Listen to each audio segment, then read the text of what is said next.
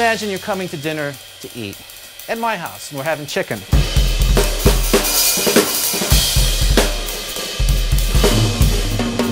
You come and you sit down at the table, say, "Hey, thanks, Billy, thanks for having me." You just put your feet down anywhere.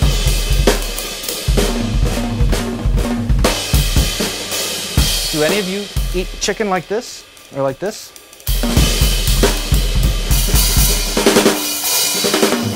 Like this or this?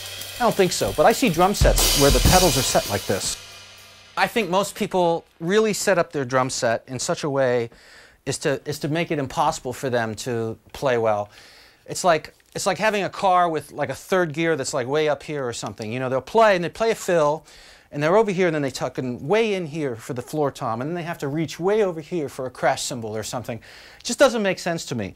So here's my feelings and thoughts on making the drum set your ally.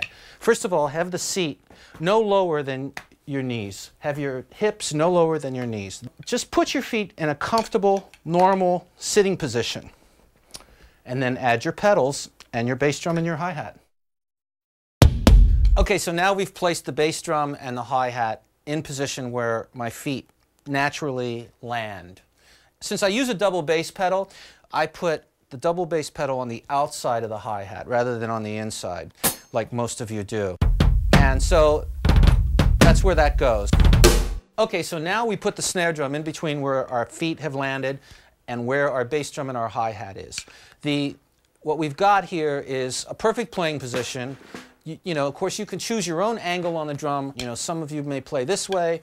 One obvious thing that's going on here is the hi-hat is farther away from you than you may be used to. But at the same time, your foot isn't way wacky like this to throw your back out when you're in your 40s. You also have more room here to play the snare drum and have your right hand be out of the way of your left hand. So now we have the toms.